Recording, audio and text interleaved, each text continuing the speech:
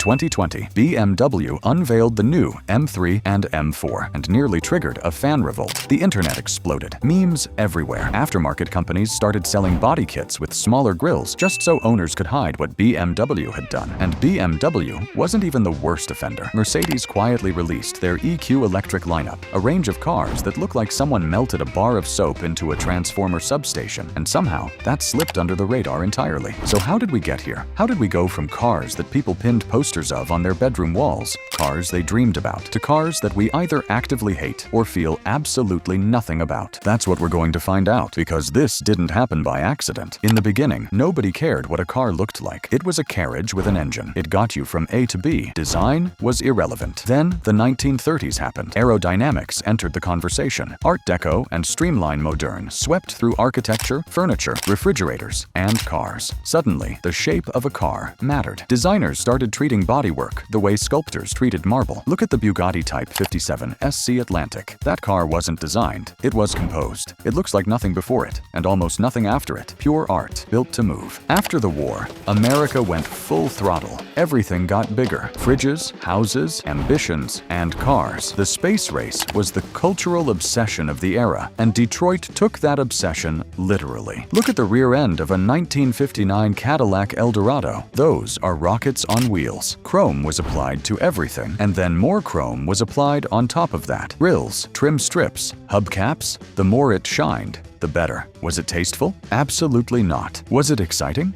Completely. This was the era of pure optimism, and the cars looked like it. The 1960s might be the greatest decade in automotive design history. On one end of the spectrum, the Jaguar E-Type. Enzo Ferrari called it the most beautiful car ever made. On the other end, the 1964 Ford Mustangs kicks off the muscle car era. Cars that look angry, like they're looking for a fight. Then, the 1970s arrive. Emissions regulations tighten. The fuel crisis hits. But designers don't surrender. They respond with the wedge. The Lamborghini Countach and Lancia Stratos look like they came from another dimension entirely. Brutal, sharp, completely alien. Cars were still saying something about the people who designed them. The 80s gave us the perfect balance. Take the BMW E30, nicknamed the Little Square in Yugoslavia. Fundamentally boxy, but rounded exactly where it needed to be. Clean, proportional, confident. The Ferrari F40 looked like a racing car that escaped a track. The sports cars of this era had presence. Then, in the 90s, computers entered the design studio, and fluid dynamics research gave cars a new language, softer, more rounded. Pop-up headlights disappeared for pedestrian safety regulations. Bumpers merged into bodywork. But even within those constraints, designers produced legends. The Toyota Supra, the McLaren F1, the original Subaru Impreza. These were still cars with identity. And then, the 2000s and 10s happened, and everything went sideways. The world went digital. The dominant concept in every boardroom became UX design, user experience. The goal: create something that appeals to everyone and offends no one. The result: every car starts looking like every other car. The Tesla Model S pioneered this direction, a car that looks like it was assembled in a GTA loading screen by borrowing a little bit from every other brand and committing to none of them. It influenced everything that followed, because suddenly every manufacturer decided the future was smooth, featureless, and emotionally blank. When manufacturers realized that copying each other made them boring, some went in the exact opposite direction. Then there's the Cybertruck. Say what you want about it, but it represents something genuinely new: the normalization of deliberately ugly as a design philosophy. Some people find it compelling. Most people just find it unsettling. Either way, it changed the conversation about what a car is allowed to look like. Then we have the BMW XM,